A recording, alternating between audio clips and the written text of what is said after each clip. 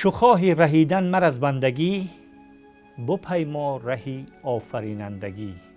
درود و پیام های فراوان بینندگان ارجمندی تلویزیون سینما، نشر نوبتی برنامه آفرینندگی هست تقدیم شما.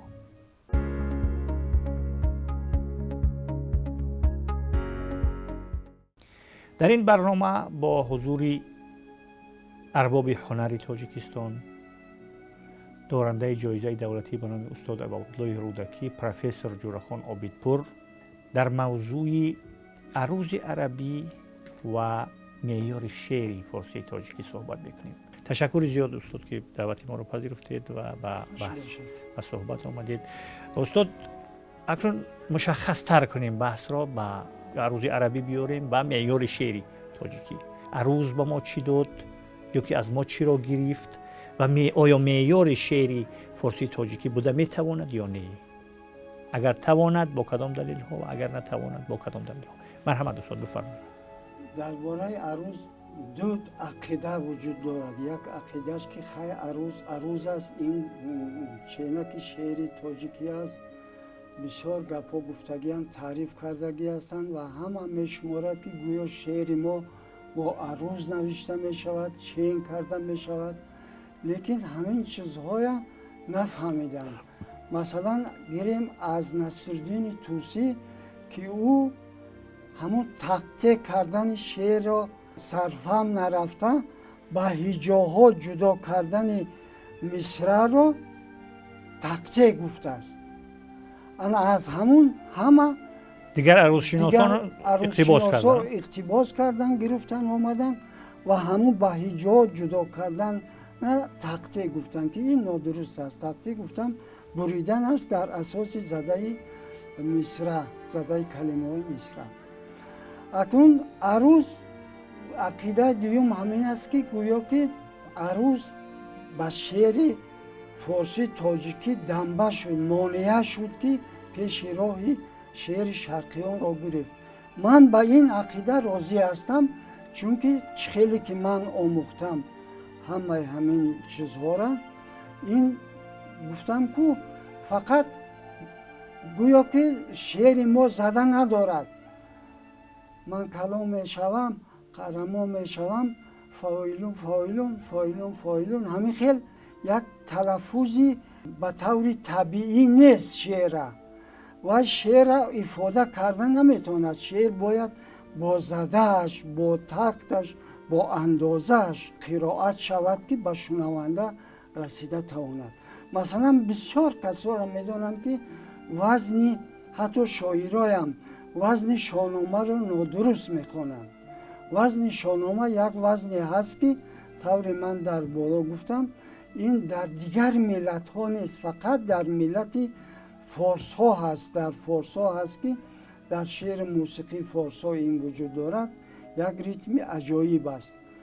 به نام خداوند جان و خرد، کز این برتر اندیشه بر نگذرد. دیدید؟ به نام خداوند جان و خرد، کز این بزده است. دیدید دو هجا، کز این برتر اندیشه بر نگذرد. این خیلی خوانده می شود شاهنامه، با آهنگم با قرائتش باید همین خیلی شود. برای همین طور من آموختم همین وزن عروض را، در نوته هم نوشتم. اینجا مثال ها بسیار است. به ما یگان منفیت نه آورده است همین وزن عروض، غیر از آن که پیش راهی در حقیقت شعر شرقیان را گرفته است. برای همین ما اینجا میتونم یک چند مثال ها بیارم که گویا که عروضیان نقصان های شعر کلاسیکان ما را معاصر با سنجیدن رکن ها اصلاح میکرده باشند. انکو بینید چه خیلی اصلاح کردن. بیت هست در ریتم دو بیتی: خیال دوست تا در خواب دیدی، زی به خوابی به کردار خیالی. و یا از بس که مصرع یکم 9 جا است، مصرع دوم 11 جا، مصرع یکم با دوم برابر کردنی شده، گویا که مصرع یکم نقصان دارد، با او علاوه کردن حرف او در دو کلمه. بعد این خیلی باید ما قرائت کنیم با قول آنها: خیال دوستو تا در خوابو دیدی. این معنی کجا شد؟ خیال دوستو تا در خوابو دیدی، زی بیخوابی با کردار خیالی. خود شعر در آهنگ چقدر روان هست، با آهنگ کشیش هاش همش درست است. انا همین خیلی وای کردن. یا که در بیت دیگر مثلا میگود که سیاه چشم و سیاه زلف غلامه، سیاه چشم و سیاه زلف غلامه، یک نفر را میفهماند که وای سیاه چشم است، سیاه زلف است، غلام است. ولی اینها در سیاه زلف او علاوه میکنن، میگون این خیلی باید قرائت شود: سیاه چشم و سیاه زلف و غلامه. یعنی این 3 نفر شد، سیاه چشم و سیاه زلف و غلامه. حق تا همین چیزا درک نکردن. یا که بیت دیگر: مرا عشق دوتا کرد به هنگام جوانی، چرا باز نپرسیدی تو ز حالم تو ندانی. اینها همین خیلی 13 مصرع یکم 13 جا، مصرع دوم 14 جا. اینها هم با بعض کلمه ها او علاوه کردن، گویا که نقصان های شعر اصلاح کردن. مرا عشق دوتا کردو به هنگام جوانی. چی شد از شعر؟ چی ماند از مصرع شعر؟ مرا عشق دوتا کردو به هنگام جوانی، چرا بازو نپرسی تو زی حالم تو ندانی. یعنی شعری که خودش روان هست، یگان نقصان ندارد، با این خود عروضیان نقصان وارد کردن و قرائت شعر و مضمون شعر تماما دیگر کردن. یا که من یک بیت دیگر بعد بوم پیدا سر می شود، این چیز هم نفهمیدن عروضیان. با کجا روم ز دردت، چی دوا کنم چی چاره، که 1000 بار خون شد جگری 1000 پاره. اکنون از بس که مصرع یکم 16 جا است، مصرع دوم 13 جا، با کلمه 1000 بار و حرف او علاوه کردن، گویا که نقصانهای شعر اصلاح کردن. اکو این خیلی باید ما خوانیم اینا که 1000 بار خون شد جگری 1000 پاره. چی میفهمی از این مصرع؟ که وقتی که مصرع خودش با آهنگ بسیار روان است، خوش آهنگ است، در ریتم دقیق انشا شده. همین ریتم اولش استاد خوانید یک بار دیگه ببینید همین مصرع را. با کجا روم ز دردت، چی دوا کنم چی چاره. استاد انا که آمدیم سر این که همون به اصطلاح به پارچه ها جدا کردن در عروض و به نظر نگرفتن زده کلمه و اینها یک نوع نقصان هایی است که در عروض هست. بله. لیکن اینقدر مثلا بحث و اینقدر کتاب هایی که در این زمینه از اونها نوشتن و شما هم بر اساسی با تکیه به او سرچشمه هایی که مثلا پرویز ناطق خانلری را مثال آوردید، بهرام سیروس را مثال آوردید، حسین علی ملاح را مثال آوردید و چند نفرهای دیگر، مثلا شفیع کدکنی هم در این زمینه بله. اندیشه خود دارد. بله. با این چیکار کنیم؟ با این نقد کنیم یا که اینا چیکار کنیم که همین عروض شناسای امروز ما، اگر عروض شناسا و نظریه پردازای پیشینه ما شمس قیس و نصرالدین طوسی و رشید وطفات اینا رو یک طرف مانیم، همین عروض شناسایی که امروز هستن بحث میکنن و یک قسمی اونا از همین موسیقی بیخبرن یا که موسیقی را اصلا در این دنیا در این معیاربندی به نظر نمیگیرن یا که سطحی به نظر میگیرن. با اینا چیکار کنیم؟ بدبختی ما در همون است که من در این باره اولین رساله را سال 2002 نوشته چاپ کرده بودم. از بس که علمای ما سواد موسیقی ندارن، ریتم چی بودنشان نفهمیدن، برای همین اینا یا که توجه نکردن. توجه هم نکردن. البته توجه میکردن شاید یک چیز میفهمیدن. برای همین چیزا موند امروز. لیکن ما اکنون با گفتی علمان راضی هستم که مثلا سعید نفیسی گفته است شعر و موسیقی با هم آمده است، یا اینکه عالم موسیقی نخست آمده و در حین سرودن با آن لازم شده است که کلام را مقطع ادا کنند و وزن شعر یعنی ریتم شعر پدید آمده. بینید این هیچ همین گپ‌ها را خواندن یا خونده نفهمیدن، به نظر نگرفتن.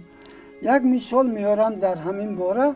شعر در اول موسیقی پیدا شده بود، ریتم پیدا شده بود، مردم در یک طبقه یک چیز به یک چیز میزد، یک ریتم. یا خودی در طبیعت هم آهنگ‌هایی که در طبیعت از شرشری مثلا شرشر چشمه ها و از این آوازها و از این آوازهای پرنده و چرنده و اینو از خودی طبیعت هم مردم ریتم میزد، لیکن شعر نبود، با او هجاها علاوه میکرد. مثلا میگفت تلا تلا تلا لا لا لا تلا لا، معنی ندارد، نکی موسیقی را پورا ساخته است، ریتم دارد، موسیقی را پورا در ریتم است، موسیقی را پورا ساخته است.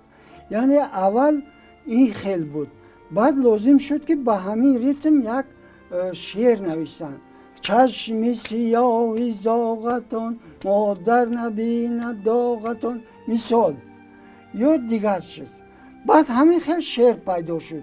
یعنی شعر در اساس ریتم موسیقی پیدا شد و تا امروز دوام دارد. یک بحث دیگر استاد است، شعر هجایی و شعر عروضی که میگن که تا این زمانی که عروض آمد شعر ما شعر هجایی بود. بسیار سوال خوب است، بسیار سوال خوب است. این مسئله را ما بسیار دقیق آموختم و شعر هجایی در عصر 20 پیدا شده است. از هیچ نگذشته است، یکی پیدا شده است. در شاعران ما در عصر 20 پیدا شده است.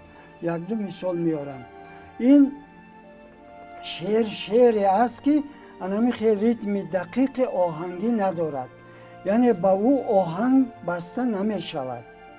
این را بخوانی هم به طور شعر، مثلا ای رفیقم تون تون تون، همین خیلی یک آزادانه این تو خواندن ممکن، لیکن ریتم قطعی بخوانم بگوی اگر خوانده نمی شود. اینا مثلا برای همین شعر ما طوری که عروضیا گفتن که تا عروض پیدا شدنش شعر ما هجایی بود، این مطلقا نادرست است، خطا است.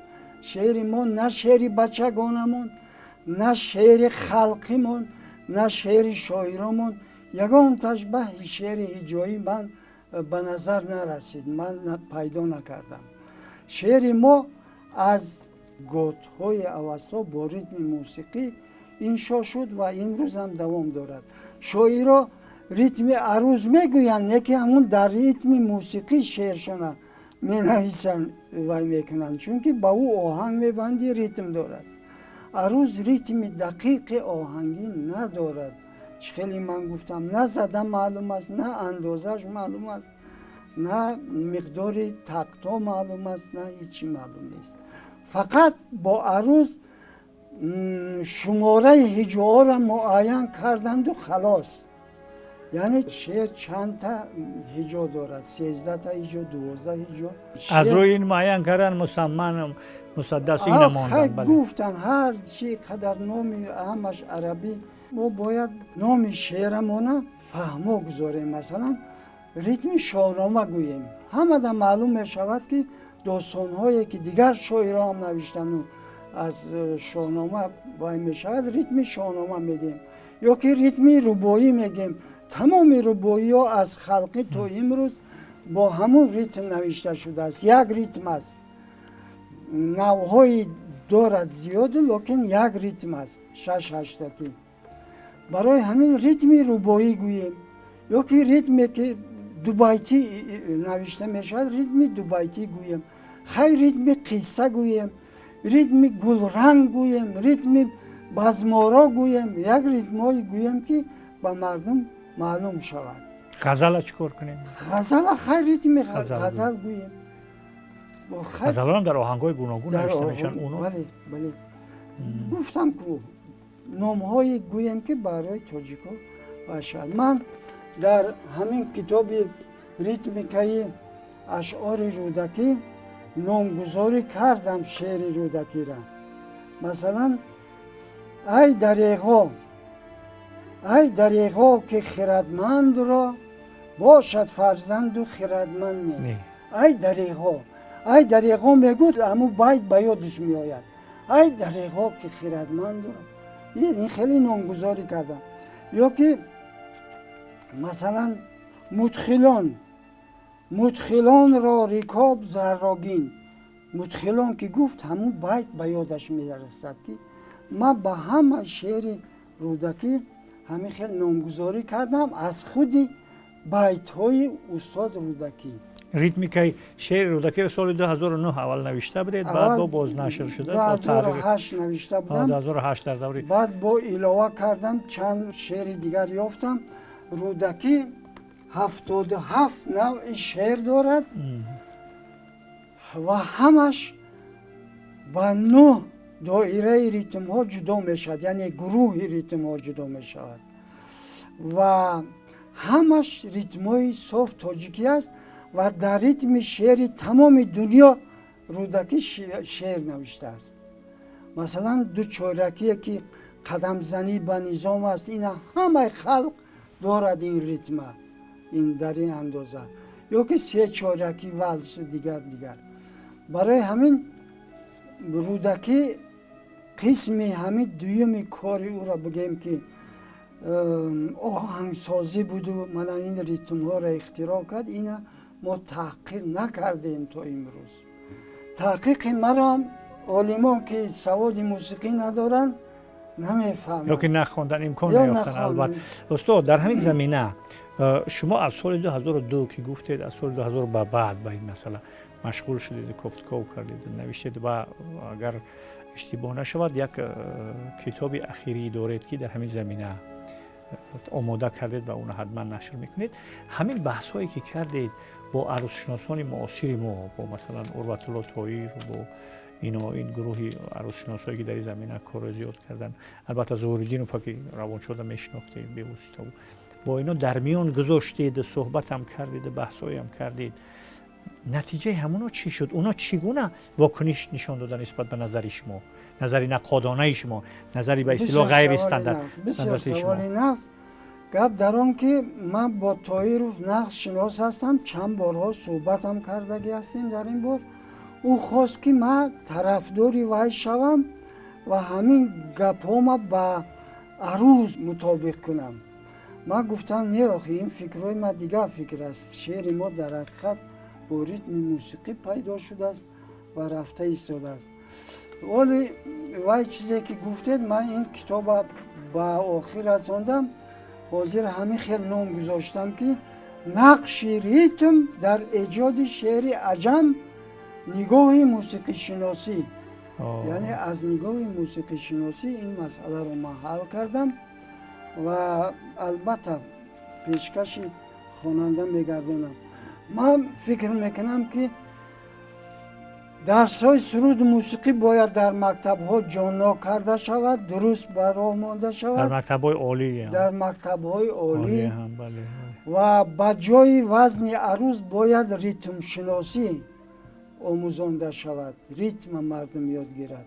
ریتم مشکل نیست. به سواد موسیقی هم ما بچه‌ها را وقتی مکتب‌های موسیقی با قبول میکنیم، یک امتحانش همین است، ریتم میگیم. یعنی همین چپک میزنیم و تکرار میکند.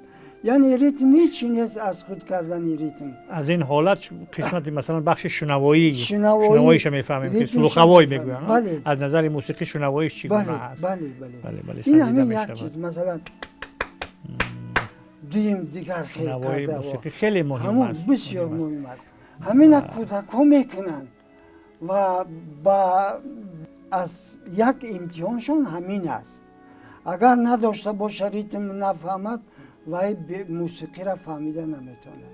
در خلاصه یک قطعه شعره که خودم رو دارم که با عروضی ها میخونم و ما باید به ریتم شناسی برگردیم. اینجا کتابی درسی باید نوشته شود، شاگردا معلم تیار کنیم. این هیچ مشکل نیست، به سواد موسیقی هم یاد میگیری اینا. و در آخر گفتنی هستم که عالمان ریتم بدانند، نوته را خوانده بتوانند، شعر ما با ریتم آهنگ از ازل بوده است پیوند. آفرین، تشکر زیاد استاد. و یک گپی هست که هر کی نشناسد همین چی را بینوا و بینوا و بینواست میگن. و البته آنچه که شما گفتید یک نوع بحثی هست که ذهنی نه تنها بینندگان بعضی ذهنی متخصصان که اگر تماشا میکنن حتما تحریک میدهد در سر این بحث های میشود و دامن این بحث تلویزیونی و بحث های مثلا با سمینار مشورت هایی که در دانشگاه ها و در محیط دانشگاهی محیط اکادمی میشود اونجا هم حتما میکشیم و در اونجا هم این بحث ها میشوند تا اینکه واقعیت این موضوع ها برای مردم، برای عامه، برای اهل تحقیق مشخص شود. و مهمتر از همه شعر ما حتما با موسیقی پیوند بود، از قدیم پیوند بود و تا امروز هم اگر هم مثلا از شعر موسیقی را گیریم هیچ نمیمونه. بنابراین بار دیگر استاد تشکر که آمدید و یک صحبت جالب اختصاصی هم انجام دادید. زنده باشید. شما زنده باشید که به این مسئله توجه کردید و حتما این آموختن در کار. شما درست گفتید، ما باید برگردیم به اصلی واقعه، به اصلی کار برگردیم. تشکر زیاد. بار دیگر تشکر. رسیدیم به پایان برنامه. لحظه خوش روزگاری بر دوام، دایما ایامتان بادا و کام. روزگاری خوش بر دوام و ایام و کام.